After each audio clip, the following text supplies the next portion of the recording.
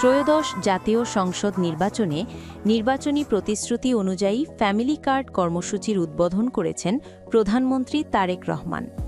10 March মঙ্গলবার রাজধানীর বনানীতে অবস্থিত টিএনটি খেলার মাঠে করাইল বস্তি সংলগ্ন আয়োজিত এক অনুষ্ঠানে এই কর্মসূচির আনুষ্ঠানিক উদ্বোধন করেন প্রধানমন্ত্রী। এর আগে সকাল 10:30টার দিকে অনুষ্ঠান স্থলে আসেন প্রধানমন্ত্রী তারেক রহমান।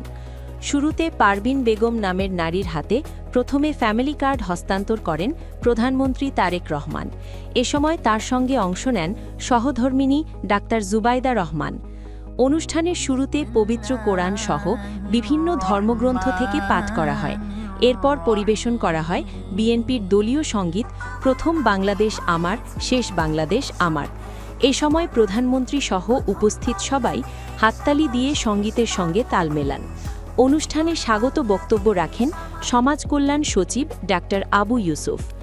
কার্ড গ্রহণের পর এক নারী বলেন, আমরা ফ্যামিলি কার্ড পেয়ে অনেক খুশি। আমরা জীবনে কল্পনাও করিনি কার্ড পাব। আমরা অন্তর থেকে দোয়া করি আল্লাহ যেন প্রধানমন্ত্রীকে ভালো রাখেন, গরিবের পাশে যেন তিনি থাকতে পারেন। এই কার্ডের মাধ্যমে নারীরা প্রতি মাসে 2500 টাকা করে পাবেন।